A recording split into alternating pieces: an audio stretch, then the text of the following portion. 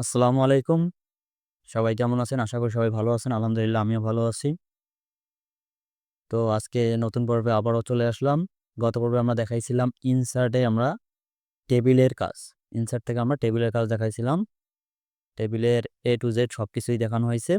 তো আজকে আমরা দেখব পিকচারের কাজ। আমরা পিকচার কিভাবে এড করব, কিভাবে ক্লিপ আর্ট নিব, কিভাবে শেপ নিব, কিভাবে চ্যাট বানাবো, কিভাবে স্ক্রিনশট নিব, এই কয়েকটা বিষয় নিয়ে। তো আমরা যে ১ম এ পিকচারে ক্লিক করি, দেখেন আমাদের যে লোকেশন আছে আমাদের সেই লোকেশনে বাই ডিফল্ট নিয়ে যাইতেছে। এখান থেকে আমরা যেকোনো পিকচার ওপেন করতে পারি। তো আমি যদি ডেস্কটপে যাই, ডেস্কটপ থেকে আমাদের যদি এই যে ছবিটা আছে বাংলাদেশ, এটা যদি আমরা ইনসার্ট করি, দেখেন ইনসার্ট করার সাথে, সাথে কিন্তু আমার লেখাগুলোকে সবগুলোকে নিচে নামাই দিচ্ছে এবং এ কিন্তু উপরে জায়গা ধরছে। এই পিকচারটা যদি আমরা সরাইতে যাই তাহলেও কিন্তু একটু সমস্যা ফেস করতে হচ্ছে। তো আমরা যখন দেখেন বাইরে ক্লিক করব, তখন এখানে যদি আমরা বাইরে ক্লিক করি তাহলে আমাদের এই যে মেনু বা ট্যাবের যে কয়টা ট্যাব আছে, আমাদের পিকচারে ক্লিক করি তাহলে আমাদের একটা নতুন ট্যাব বা টুলস বার ওপেন হবে। এটা হলো পিকচারের টুল, শুধু এটা পিকচারের জন্য আসছে। তো আমরা এখান থেকে আমরা পিকচারের কাজ করতে পারবো। যেমন পিকচারে যদি ক্লিক করি ডাবল ক্লিক, তাহলে এখন যেহেতু আমরা এটাকে নড়াইতে চড়াইতে পারতেছি না, এখান থেকে যদি আমরা টেক্সট ওয়ার্পে যাই এবং এখান থেকে ওয়ার্প টেক্সটকে আমরা টাইট করে দেই, তাহলে এই পিকচারটা কিন্তু আমরা সহজেই নড়াইতে পারবো। দেখেন এই পিকচারটা আমরা সহজে নড়াইতে পারবো এবং টাইট করার কারণে কি হচ্ছে যে আমাদের যে পিকচারের মেইন যে শেপটা আছে তার গ্যাপে গ্যাপে কিন্তু আমাদের লেখাগুলো ঢুকে যাইতেছে। তাহলে আমরা যে পিকচারটাকে দেখেন ছোট যদি করি, দেখেন ছোট করে যদি আমরা কোথাও বসাইতে চাই, এখানে যদি আমরা বসাই, তাহলে দেখেন আমাদের গ্যাপ অনুযায়ী আমাদের লেখাগুলো সুন্দরভাবে ধরে নিচ্ছে। আমরা যে পিকচারটাকে আরো ছোট করি, দেখেন আমাদের কিন্তু লেখাগুলো সেইভাবেই আছে। কিন্তু আমাদের প্রথম অবস্থায় কেমন ছিল যে আমরা পিকচারটা আনা মাত্রই সব লেখা নিচে চলে গেছিল।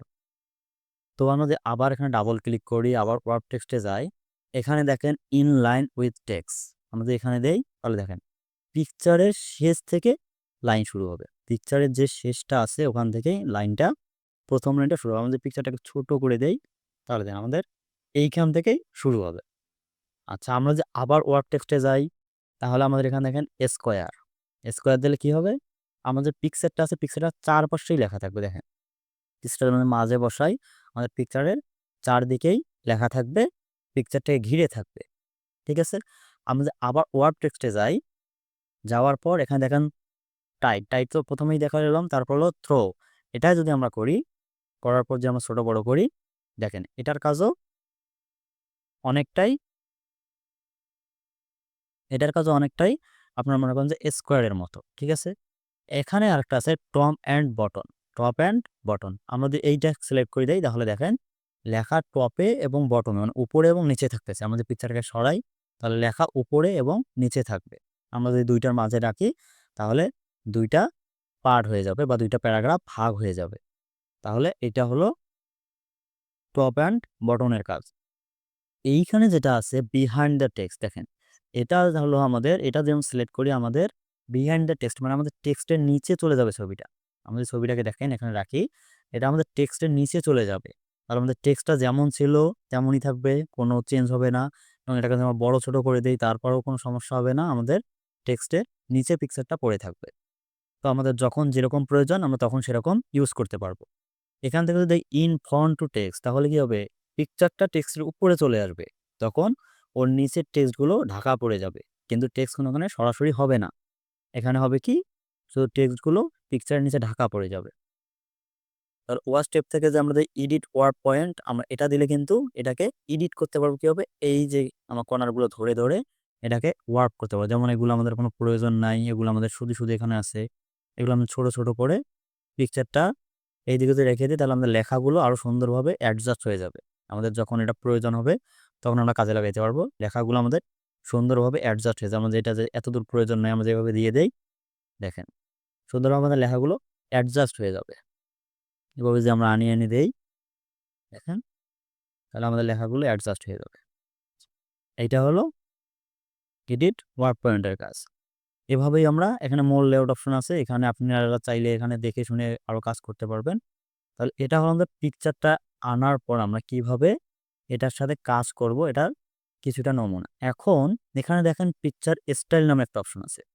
কারণ পিকচার স্টাইলে আমরা কি করতে পারি? পিকচার স্টাইলে যে আমরা এই অ্যারোতে ক্লিক দিলে একটা করে ওপেন হবে। আমরা এই অ্যারোতে ক্লিক দেই তাহলে দেখেন অনেকগুলো স্টাইল আছে। আমরা এখান থেকে যে স্টাইলটা ক্লিক করব আমাদের পিকচারটা কিন্তু ওই স্টাইলের ভিতরে চলে যাবে। দেখেন আমরা যেই স্টাইলে যাইতেছি পিকচারটা কিন্তু ওই স্টাইলে হয়ে যাচ্ছে। তাহলে আমরা যদি চাই আমাদের পিকচারের মধ্যে এই স্টাইল ইউজ করতে পারবো। ইউজ করে আমরা চাইলে ছোট বড়, চাইলে সাইড, চাইলে আমরা যে কোনো দিকে নিতে পারবো। তো এই হলো পিকচারের কাজ। এখান থেকে আমরা পিকচারে আরও কারেকশন করতে পারবো, লাইট ব্রাইটনেস করতে পারবো, কমাইতে পারবো, ডার্ক নিতে পারবো। আমাদের যেমন একটা পছন্দ হয় লাইট না ডার্ক এখান থেকে দিতে পারবো। এখান থেকে আমরা কালার নিয়ে কাজ করতে পারবো। কোন কালারটা একটু ভালো লাগবে এটা আমরা দেখে শুনে এখান থেকে দিতে পারবো। এগুলা আরও অনেক কিছুই করতে পারবো। এখান থেকে আমরা চাইলে এগুলা নিয়ে আমরা কাজ করতে পারবো। এখান থেকে আমরা যে কোনো স্টাইলে দিতে পারবো পিকচারের মাঝে। এখান থেকে আমরা পজিশন দিতে পারবো যে আমাদের পিকচারটা কোথায় থাকবে। এখান থেকে আমরা যেভাবে দিব আমাদের সেই পজিশনে পিকচারটা চলে যাবে। এখান থেকে আমরা লিখেও দিতে পারবো আমাদের পিকচারটা কোন পজিশনে দিব বা কোন পজিশনে আমরা রাখতে চাই। তাহলে আমরা পিকচারের কাজ এইরকম করে করতে পারি। আচ্ছা, তাহলে ইনসার্ট থেকে আমরা পিকচার এভাবে নিতে পারবো। তারপর হলো ক্লিপ আর্ট। আচ্ছা, ক্লিপ আর্টটা মূলত কি? ক্লিপ আর্টটাও পিকচারের মতোই, কিন্তু এখানে কথা হলো কি আমরা এইখান থেকে দেখেন এটা যখন ক্লোজ করে দিই, আমরা যখন ইনসার্টে এসে ক্লিপ আর্টে ক্লিক করব তখন আমাদের নতুন একটা ডায়ালগ বক্স ওপেন হবে। সাইডে আমাদের একটা ডায়ালগ বক্স ওপেন হবে। এখান থেকে আমরা যদি কিছু একটা সার্চ দেই, যেমন এখানে ফলোয়ার সার্চ দিয়েছে, আমরা যদি গোতে ক্লিক করি দেখেন আমাদের কিন্তু এখানে ফলোয়ার চলে আসছে। এখান থেকে আমরা যদি ফলোয়ারটা নেই তাহলে এই ফলোয়ারটা আমরা এখানে নিতে পারবো। এখানে নেওয়ার পর আমরা এই পিকচার যেভাবে কাজ করছিলাম, কাস্টমাইজ করছিলাম, আমরা ঠিক সেভাবে এখান থেকে এই পিকচারটাকেও আমরা কাজ করতে পারবো বা কাস্টমাইজ করতে পারবো। এখান থেকে যদি আমাদের অন্য কিছু প্রয়োজন হয় আমরা সেটাও সার্চ দিয়ে নিতে পারবো। যেমন আমাদের যদি ক্যাট প্রয়োজন হয় তাহলে আমাদের ক্যাট চলে আসবে, আমরা সেই ক্যাটের নিতে পারবো। এখানে টাইগার চলে আসছে, এটা যেহেতু ক্যাট প্রজাতিরই সেটাও চলে আসছে, এটা থেকে আমরা কাজ করতে পারবো। আমাদের যেমন ইচ্ছা আমরা তেমন করে এটাকে সাজাইতে পারবো। ঠিক আছে? তাহলে এটা হলো ক্লিপ আর্টের কাজ। এটা হলো আমাদের ক্লিপ আর্টের কাজ। ক্লিপ আর্টে মূলত কি কিছু পিকচার বাই ডিফল্ট এমএস ওয়ার্ডের ভিতরেই আছে যেগুলোকে আমাদের সার্চ করে বের করে আমরা বসাইতে পারবো। এটা হলো ক্লিপ আর্টের কাজ। আচ্ছা, তাহলে আমরা যদি একটা নিউ ডকুমেন্ট নেই, নিউ ডকুমেন্ট নিয়ে আমরা যদি ইনসার্টে যাই, ইনসার্টে যাওয়ার পর এখন দেখবো আমরা শেপের কাজ। তাহলে শেপের কাজ কেমন? শেপে যদি ক্লিক করি দেখেন শেপে ক্লিক করলে এখানে অনেকগুলো শেপ চলে আসছে। তার মধ্যে এটা দেখেন কি রিসেন্টলি ইউজ শেপ, মানে আমরা যেগুলো রিসেন্টলি ইউজড করছি বা যেগুলো আমরা খুব শীঘ্রই ইউজ করছি, কিছুদিন হলো ইউজ করছি সেগুলো। তারপর দেখেন কি আছে শেপ, লাইন। এগুলো হলো লাইন শেপ, মানে লাইনের মাধ্যমে কাজ করবে। এগুলো রেক্ট্যাঙ্গেল, বেসিক শেপ, এখানে আরও অনেকগুলো শেপ আছে। আমাদের কাজের ক্ষেত্রে যখন যেই শেপটা লাগবে, মানে আমরা কোনো কিছু ইন্ডিকেট করতে যাচ্ছি তখন আমাদের অ্যারো শেপটা প্রয়োজন। আমরা এটা ক্লিক করলাম, ক্লিক করে আমরা ড্রাগ করি তাহলে দেখেন আমাদের শেপটা চলে আসলো। আবার যদি আমরা ইনসার্টে যাই, শেপে যাই, এখান থেকে আমাদের সাপোজ এইটা প্রয়োজন, আমরা এখান থেকে যত দূর উপর ড্রাগ করবো আমাদের সেই রকম একটা শেপ চলে আসবে। এখানে দেখেন আমরা যখন শেপ নিয়ে কাজ করতেছি এখানে কিন্তু আমাদের ইনসার্ট শেপ নামে চলে আসছে। এখান থেকে আমরা চাইলে আবার ইউজ করতে পারবো। এখান থেকে আমাদের সাপোজ ইকুয়াল দরকার, আমরা এখান থেকে ইকুয়াল ড্রাগ করে নিতে পারবো। এখানে যে আবার যাই, এখানে আমাদের স্মাইলি ফেস দরকার, আমরা স্মাইলি ফেস নিতে পারবো। আমরা এখানে যদি আবার যাই, আমাদের লাভ প্রয়োজন, আমরা এখান থেকে লাভ নিতে পারবো। ঠিক আছে? তাহলে একটা জিনিস দেখেন, আমরা যখন এখান থেকে কোনো কিছু ড্রাগ করব, আমরা কিন্তু যে কোনো সাইজে ড্রাগ করতে পারি। কিন্তু যখন আমরা শিফট চেপে ধরে ড্রাগ করব, তখন এটা একটা রেশিও অনুযায়ী বড় ছোট হবে। তখন কিন্তু এটা রেশিও অনুযায়ী বড় ছোট। আমরা যদি শিফট ছেড়ে দেই তাহলে দেখেন চিকন, মোটা, খাটো যেমন খুশি করতে পারতেছি। কিন্তু যখন আমরা শিফট চাপবো তখন দেখেন এটা রেশিও অনুযায়ী বড় ছোট হবে। ঠিক আছে?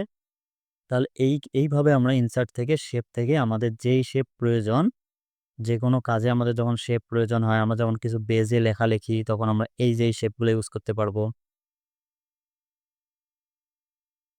আমরা যদি ইনসার্টে যাই, শেপে যাই, তাহলে আমাদের এখানে দেখেন কিছু শেপ, এই যে শেপগুলো আছে এগুলো কিছু লেখার ক্ষেত্রে ইউজ করা যায়। শিফট চেপে ধরি তাহলে বড় ছোট এভাবে হবে, আর শিফট ছাড়া দিলে আমরা নিজের মতো করে নিতে পারবো। তাহলে আমরা এইভাবে শেপগুলো নিয়ে কাজ করতে পারবো। আমার শেপগুলো নেওয়ার পর কিন্তু শেপে এখান থেকে আমরা যদি দেখি, এই যে আমাদের একটা নতুন ট্যাব ওপেন হয়েছে। এখান থেকে আমরা এখানে যে আমরা যাই, এখান থেকে আমরা শেপের কালার চেঞ্জ করতে পারবো। এখান থেকে আমরা শেপের কালার যে কোনো কালার চেঞ্জ করতে পারবো। আমাদের শেপটাতে ক্লিক দেই, তাহলে আমাদের এটা ওপেন হবে। এখান থেকে আমরা শেপের যে কোনো কালার চেঞ্জ করতে পারবো এবং এখান থেকে শেপের ফিল কালারটাও চেঞ্জ করতে পারবো।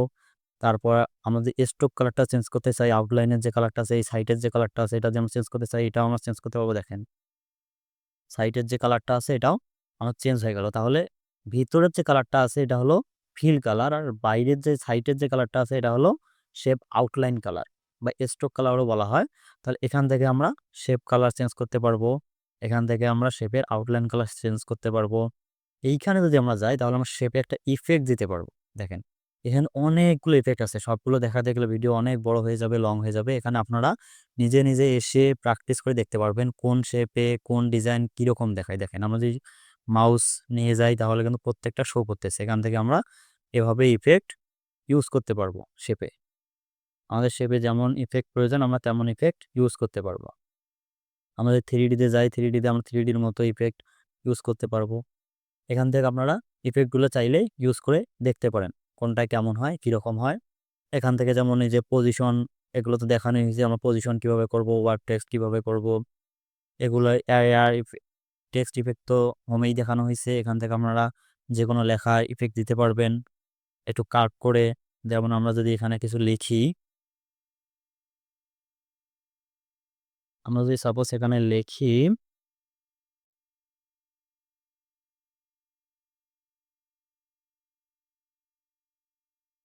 আমরা সাপোজ এখানে লিখলাম, নাম লিখে যদি আমরা ফরম্যাটে যাই, এই নামটা আমরা এখান থেকে এইখানে লিখব।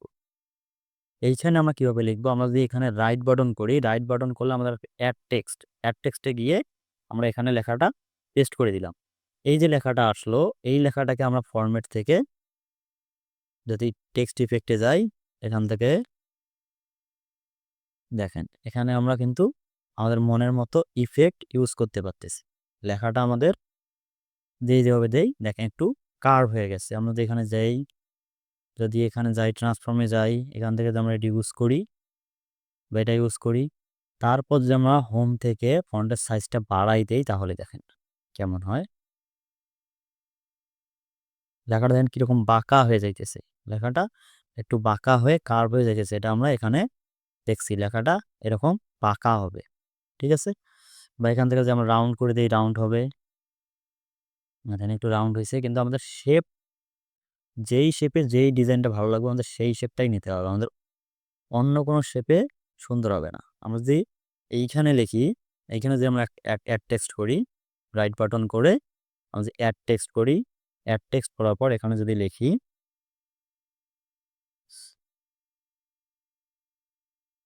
মিলন শিকদার, এখান থেকে যদি অ্যাড টেক্সটে যাই, ট্রান্সফর্মে যাই, এখান থেকে যদি আমরা রাউন্ডটা দেখি, দেখেন লেখাটা কিন্তু আমাদের রাউন্ড হয়ে গেছে। এখান থেকে হোমে থেকে যদি আমরা ফন্ট সাইজটা বাড়াই দেই, দেখেন লেখাটা কিন্তু পুরা রাউন্ড হয়ে গেছে।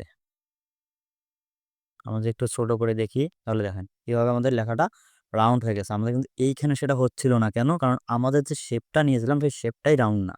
এখানে যদি আমরা রাউন্ড করতে যাই তাহলে দেখেন কি অবস্থা দাঁড়ায়। ট্রান্সফর্মার যদি আমরা রাউন্ড করি, দেখেন লেখাটা কিন্তু আমাদের সাইড দিয়ে এসে এভাবে চলে যাচ্ছে। যখন আমরা রাউন্ড একটা শেপে রাউন্ড করব তখন লেখাটা সুন্দরভাবে সাজানো গোছানো হবে। এই জন্য আমাদের কোন শেপে কোন ইফেক্টটা দিলে ভালো লাগবে টেক্সটের, আমাদের এইটা বুঝতে হবে, ঠিক আছে। তাহলে এইভাবে আমরা শেপের কাজ করতে পারবো, শেপ নিয়ে কাজ করতে পারবো। আর যদি আমরা আবার ইনসার্টে যাই, ইনসার্ট থেকে যদি আমরা স্মার্ট আর্টে যাই, এখান থেকে আমরা টেবিল, লিস্ট অনেক কিছু নিয়ে কাজ করতে পারবো। যেমন এখানে যে আমরা এটা নেই, ওকে করি, দেখেন এখানে যে অপশনটা ওপেন হয়ে গেল, এখানে আমরা কিছু লিখতে পারি। আমাদের কিছু লেখার ডিজাইনের প্রয়োজন হয়, যার কারণে আমাদের ডিজাইনের প্রয়োজন হয় যে এরকম কিভাবে করব ওয়ার্ডে। এখান থেকে দেখেন আমরা এখান থেকে ইফেক্ট দিলাম, সুন্দর একটা লাইটিং ইফেক্ট পড়লো। আমাদের এটাও কিন্তু যখন আমরা ইনসার্ট থেকে যখন আমরা স্মার্ট আসছি, তারপর দেখেন এখানে নতুন 2টা ট্যাব ওপেন হয়েছে। এই জিনিসটা সবসময় মাথায় রাখবেন, নতুন 2টা ট্যাব ওপেন হয়েছে, এখানে কিন্তু এটার কাজ সুন্দরভাবে করা যাবে। তাহলে এখানে যে আমরা কিছু লিখি,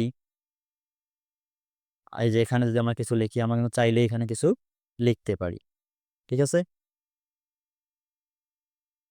এটা হলো আমাদের ডিজাইনের কাজ হবে। এটা আমরা ক্লোজ করে দেই। দেখেন এটা আমাদের হয়ে গেল। এইভাবে আমরা এখান থেকে যেকোনো কিছু নিতে পারবো, নিয়ে লিখে ডিজাইন করতে পারবো। আচ্ছা, এখান থেকে আছে চার্ট।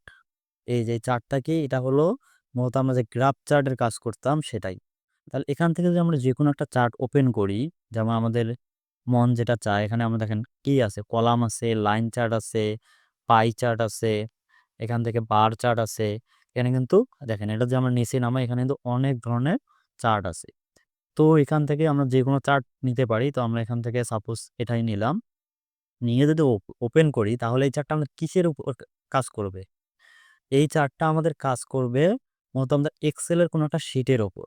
কিন্তু সেই এক্সেল শিটটা আমাদের বানানোই হয়নি। তাহলে আমরা কিভাবে কি করব? দেখেন আমরা যদি ওকে করি তাহলে অটোমেটিক একটা এক্সেল শিট ওপেন হয়ে যাবে। তাহলে আমরা যে এইটাকে সিলেক্ট করে আমরা ওকে করলাম। দেখেন এটা যখন আমরা ওকে করলাম, কিছুক্ষণ লোড নিতেছে। এই যে লোড নেওয়ার পর দেখেন এখানে আমাদের একটা এক্সেল শিট ওপেন হয়ে গেছে। এখানে দেখেন মাইক্রোসফট এক্সেল, আমাদের এক্সেল একটা শিট ওপেন হয়েছে। এখানে দেখেন ক্যাটাগরি। তো আমরা ক্যাটাগরিতে নাম লিখতে পারবো, যেমন এখানে যদি আমরা লিখি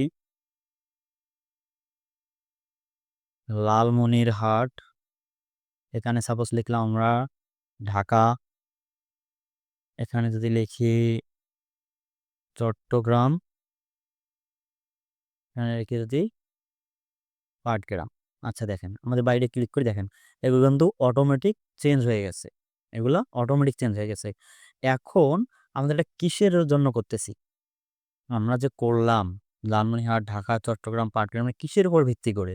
কোনো কিছু একটা পাট শিল্প হোক বা আমদানি রপ্তানি একটা শিল্প হোক, সেটার উপর ভিত্তি করে। তো আমরা এখানে কিন্তু সেটা লিখে দিতে পারি যে কিসে, আমদানিতে। মানে আমদানিতে তারা কতটুকু এগিয়ে, তারপর রপ্তানিতে কি অবস্থা। আমরা সাপোজ এটা বোঝানোর জন্য বলতেছি। তারপর মনে করেন যে ইউএসডি কিরকম আসতেছে, এটা যদি আমরা দেই তাহলে দেখেন এখানে আমরা এগুলো চেঞ্জ হয়ে গেছে। তাহলে আমদানি করতেছে এইটা, আমদানি হইতেছে কত, 4.3। রপ্তানি করতেছে লালমনিরহাট কত, এইখানে যে আমরা দেখি এই যে রপ্তানি করতেছে 2.4, এবং ইউএসডি আনতেছে কত, 2। তাহলে এইটা যদি আমরা এখান থেকে এডিট করতে চাই, আমরা কিন্তু এটাও এডিট করতে পারবো। 5.6 দিলাম, এখান থেকে যদি আমরা রপ্তানি দেই 5.4, ইউএসডি যদি দেই 2000, এত 20 দিলাম। দেখেন আমাদের কিন্তু সেইভাবে এটা কাস্টমাইজ হয়ে গেল। এভাবে কিন্তু আমরা প্রত্যেকটা কাস্টমাইজ করলে আমাদের এইখানে যে এক্সেলটা আছে, এটা আমাদের আমাদের যে চার্টটা আছে এটা কাস্টমাইজ হয়ে যাবে। এখন যদি আমরা এটাকে বড় করে দেখি, এই যে আসলো, এখানে আসার পর সাপোজ মনে হলো যে আমাদের কোনো একটা লেখায় ভুল হয়েছে বা আমাদের এটাকে আবার কাস্টমাইজ করা দরকার। তাহলে আমরা এখান থেকে যদি এডিট ডাটায় চলে যাই, দেখেন এডিট ডাটায় চলে গেলে আমাদের এক্সেল ফাইলটা আবার ওপেন হচ্ছে। আমরা এডিট ডাটায় চলে গেলে আমাদের এক্সেল ফাইলটা পুনরায় ওপেন হয়ে যেতেছে। তো এইভাবে আমরা এই চার্টটাকে ওপেন করতে পারি, ডিজাইন করতে পারি। এখান থেকে চাইলে আমরা এখান থেকে চাইলে আমরা করতে পারি কি, এখান থেকে আমরা যে এখানে দেখেন যখন আমরা চার্টে চলে আসছি, এই চার্টে যখন আসছি তখন আমাদের এখানে 3টা ট্যাব ওপেন হয়েছে। 3টা ট্যাবে আমরা কাজ করতে পারি। তাহলে এখানে প্রথমে আছে design tab, layout tab, format tab. তার আমরা ডিজাইন ট্যাবে যদি যাই, ডিজাইন ট্যাবে দেখেন সুইচ রো টু কলাম আছে, সিলেক্ট ডাটা আছে। আমাদের ডাটাগুলো সিলেক্ট করি, ডাটাগুলোকে আমাদের এডিট করি, ডাটাগুলোকে চেঞ্জ করি, বা ডাটাগুলো কোনো কাজ করতে চাই এখান থেকে করতে পারবো। এডিট ডাটা থেকে এগুলো করতে পারবো। আচ্ছা, তাহলে এখান থেকে আমরা আসার পর এখান থেকে আমাদের ডিজাইনটা কেমন হবে, আমাদের লেআউটটা কেমন হবে, আমাদের এখান থেকে লেআউটটা নির্দিষ্ট করে একটা দিতে পারবো। যেমন এই লেয়ারটা দিতে পারবো, এটা লেয়ার দিতে পারবো, আমাদের যে কোনো একটা লেআউট দিতে পারবো। এখানে চার্ট টাইটেল যে চলে আসলো, আমরা চার্ট টাইটেল লিখতে পারবো। চার্ট টাইটেলটা কি হবে, আমরা চার্ট টাইটেলটা হবে যে কোনো একটা চার্ট টাইটেল আমরা দিতে পারবো। আচ্ছা, তাহলে আমরা এখান থেকে ডিজাইন থেকে আমাদের এখান থেকে চার্ট টাইটেল দেবো। আমাদের লেআউটে যাই, দেখেন লেআউটে আছে চার্ট টাইটেল। আমাদের চার্ট টাইটেলটা আসলো, আমরা এখান থেকে কিন্তু আলাদাভাবে চার্ট টাইটেলটা দিতে পারবো। তাহলে আমার চার্টের টাইটেল গেলে এখানে আমাদের এখন আছে কি নান, আর আমরা দিতে পারবো কি সেন্টার ওভারলে টাইটেল। আমরা এখান থেকে সেন্টারের ওভারলে, দেখেন ওভারলে কোথায় হচ্ছে, আমরা এখানে দিলে এই যে এখানে চলে আসলো, ওভারলে হলো। আর আমরা যখন দিব অ্যাবভ চার্ট, তখন চার্টের উপরে চলে যাবে। হ্যাঁ, চার্টটা ছোট হয়ে গেল এবং ওটা আসলো। তাহলে এখান থেকে আমরা চার্টের টাইটেলটা যে কোনো কিছু করে দিতে পারবো। আচ্ছা, আমরা চার্টের টাইটেল একটা দিলাম। এখন এখান থেকে দেখেন অ্যাক্সিস টাইটেল, ঠিক আছে। এখান থেকে আমরা হরিজন্টালি হবে নাকি ভার্টিক্যাল হবে, এটা কিন্তু এখান থেকে আমরা দিতে পারবো। এখান থেকে আমরা যদি দেই, দেয়াই আছে আমাদের, যদি ভার্টিক্যালটা চেষ্টা করি, দেখেন ভার্টিক্যাল টাইটেল, এই যে টাইটেল, যে এই দিকে যে টাইটেলটা আছে এটা ভার্টিক্যালি চলে আসলো। কিন্তু যখন আমরা এটা করে দিলাম প্রাইমারি টাইটেল বক্স, এখান থেকে না, তাহলে এইভাবে যদি আমরা দেই তাহলে এটা হয়ে গেল। তারপর আমাদের লেজেন্ড, দেখেন লেজেন্ডের অপশন কি, শো লেজেন্ডের রাইট, এইখানে যে আমরা যাই তাহলে এই যে আমদানি রপ্তানি যে অপশনটা আছে এটা হলো লেজেন্ড। এটা আমরা যেখানে ইচ্ছা নিতে পারবো, এখানে নিতে পারবো, উপরে নিতে পারবো, বাম সাইডে নিতে পারবো, এখানে যদি আমরা নিচে চলে আসবে আমদানি রপ্তানির ইয়েটা, এখান থেকে আমরা যেটা ইচ্ছা সেটা দিতে পারবো। আচ্ছা, তারপর আছে ডাটা লেভেল। দেখেন এই ডাটা লেভেলটা কেমন, এই যে এগুলো যে আছে এগুলো হলো আমাদের ডাটা লেভেল, এইগুলা হলো আমাদের ডাটা লেভেল। এই ডাটা লেভেলগুলা দেখুন এই সাইডে শো করতেছে, কিন্তু আমরা কিন্তু বুঝতেছি না এটা যে এখানে 20 হয়ে সোজায় আছে, এটা কি এক্সাক্ট 20 নাকি 20-এর চেয়ে একটু কম, পয়েন্টে কতটুকু কি আছে আমরা কিন্তু বুঝতেছি না। তাহলে আমরা কি করব, শোতে যদি যাই, দেখেন আমরা এটা কত আছে, আমরা এটা কিন্তু দেখে বুঝতেছিলাম না যে এটা 6 নাকি 8 নাকি 5.5। এখানে দেখেন 5.6, 5.4, এটা কিন্তু প্রত্যেকটাতেই শো করতেছে কোনটার পয়েন্ট কত, ডাটা লেভেলটা আমাদের এখানে শো করতেছে। আমরা যদি এখান থেকে আবার শোতে যাই, মোট ডাটা লেভেল, আচ্ছা এখান থেকে যদি আমরা নান করে দিই ডাটা লেভেল, ডাটা লেভেলটা আমাদের আবার নান হয়ে যাবে, ডাটা লেভেলটা নান হয়ে যাবে, ঠিক আছে। আর শোতে দিলে আমাদের ডাটা লেভেলটা আবার ওপেন হয়ে যাবে, নান করে দিলে চলে যাবে। তারপর আছে ডাটা টেবিল, আমাদের ডাটা যে টেবিলটা আছে সেই ডাটা টেবিলটা কিন্তু আমরা দেখতে পারবো। তো শো ডাটা টেবিল করি, দেখেন এক্সেলে যে আমাদের ডাটা টেবিলটা ছিল সেটা কিন্তু এখন আমাদের এইখানে শো করতেছে। আমরা চাইলে এই ডাটা টেবিলটা এখানে শো করাইতে পারি, চাইলে আমরা নান করে দিতে পারি, নান করে দিলে আমাদের ডাটা টেবিলটা আর থাকবে না। তারপরে যে এক্সেসটা আছে আমাদের, দেখেন প্রাইমারিটা কিন্তু আমরা, যে আমাদের হরিজন্টালি ছিল আমরা সেটা ডিলিট করে দিচ্ছি, ভার্টিক্যালিটা আছে। এখান থেকে আমরা ভার্টিক্যাল এক্সেসটাও নান করে দিতে পারি। আবার যদি আমরা এখান থেকে হরিজন্টালটা নান করে দিই তাহলে দেখেন সব কিছু ডাটা চলে গেল। তো আমরা এখান থেকে আবার এক্সেসে গিয়ে প্রাইমারিটা আমরা কিভাবে চাই সেটা যদি লিখে দেই চলে আসবে। আবার যদি আমরা ভার্টিক্যালটা কেমন চাই সেটা দিয়ে দেই, সেটাও আমাদের চলে আসবে। গ্রিড লাইনটা আছে, গ্রিড লাইন যে আমরা দেই আমাদের ছোট ছোট বক্সের মাধ্যমে দেখাবে, দেখেন এখানে যে আমরা দেই তাহলে এভাবে চলে আসবে। ভার্টিক্যালটা যদি দেই ভার্টিক্যালটা চলে আসবে, এইভাবে আমাদের প্রত্যেকটা ঘর পার্ট পার্ট করে দেবে। তো আমরা এইভাবে চার্ট নিয়ে কাজ করতে পারি। তো চার্টের ফরম্যাটে যদি যাই, ফরম্যাটে গেলে আমরা এখান থেকে শেপ থেকে কালার চেঞ্জ করে দিতে পারি। যেমন আমাদের যদি এই কালারটা পছন্দ না হয়, এই কালারটা আমরা চেঞ্জ করে দিতে চাই, তাহলে এই কালারটা চেঞ্জ করে দিব। তাহলে দেখেন এই কালার যেগুলো ছিল সেগুলো কালার চেঞ্জ হয়ে গেছে। এভাবে আমরা প্রত্যেকটার কালার চেঞ্জ করতে পারবো, কালার চেঞ্জ করে দিতে পারবো। এখান থেকে শেপ, ফিল, স্ট্রোক যেগুলো দেখানো হয়েছিল সেগুলো আমরা করতে পারবো। তারপর ওয়ার্ড টেক্সট এগুলো তো রয়েছেই।